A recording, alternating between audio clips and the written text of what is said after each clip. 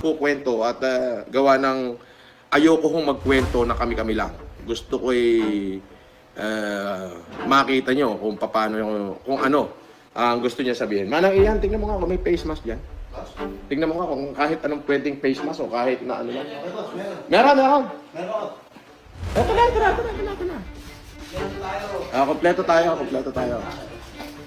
Ito ho ay matinding pasabog ito at matinding reveal. Yan, kasi what is the point of saying anything na hindi naman natin to makayang patunayan, di ba? Baka mamaya sabihin katulad nila tayo na tayo'y gawa-gawa lang. Ayoko nung tayo'y gawa-gawa lang. Ayoko nang gano'n. Baka sabihin, gawa-gawa lang ni Colaong yan, gawa-gawa lang ni Norman yan. Interview yan, peke yan, ganyan-ganyan. So, iyaharap na ho natin. Ayan. At marami pa ho siyang gustong sabihin. Ngunit ako ho'y marami pa rin gagawin. At bukas po, magtatanggal ho siya ng face mask. Re-reveal ako bukas, maniwala ako. Magtatanggal ho siya ng face mask. Babalik ako. Papakita ko sa inyo kung sino talaga ako. Magtatanggal siya ng face mask, pero ganun pa man, makikita nyo na ho kung ano yung kanyang aura at ano yung kanyang sama ng loob. Walang taga-Nueva, walang bayad. Ako ba? Ay, Joshua, may nagsasabi. Joshua! Face reveal nga, Joshua!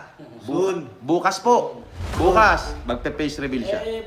Boss, yung isang pinuntahan na, hindi na yun bukas. Bukas na yun yung reveal natin doon kay 75,000.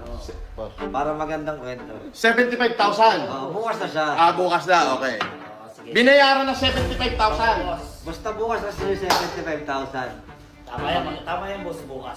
Bukas. Pag nagtanggal ako ng mask, makikilala niyo ako. Ayan, makikita mo rin kung sino yung tumampal ng kamay mo. Alam mo na yun kung sino ka. Tapos ka na. One day later. Unang-una, anong pangalan mo? 1,000 po para po basahin po lahat na sinulat nila about po kay Sir MG.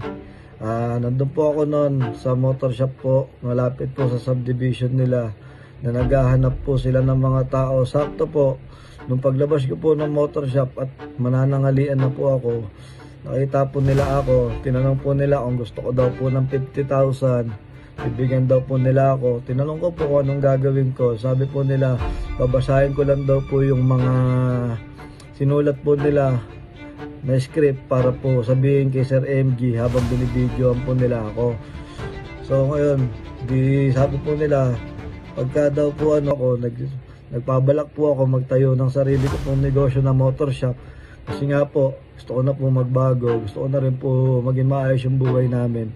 Kaya po, natakam po ako sa sinabi niya pong bibigyan po ako ng 50,000. Ayoko po sana talagang tanggapin, kaso po talaga, natakam po ako sa pinagyan po nila ako ng face mask, pinilit po nila ako na doon na kami sa kanila. Sabi po nila sa akin, andito na daw po ako sa kanila.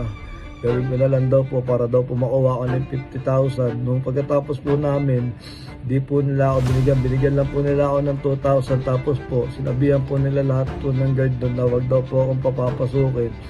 Dahil daw po, pag nakita daw po ako bumalik doon, wag daw po akong papasukin. Hindi daw po nila ako tao, ganyan. Hindi ko naman po alam na ipapahamak lang po nila ako, kaya ako lang naman po nagawa yun dahil po sa... Boss, tanong lang, lahat po ba ng kaaway nyo sinungaling tapos kayo lang ang hindi? Oo naman. Siyempre, kwento ko yan eh. Di ba? Sa kwento nila, sila yung hindi sinungaling at ako sinungaling. Kanya-kanyang kwento, kanya-kanya sagot yan. Ang hina mo naman. Wow. Ikaw ba yung kaaway mo? Ibig sabihin, ikaw ang sinungaling at yung kaaway mo ang hindi sinungaling? Sige nga.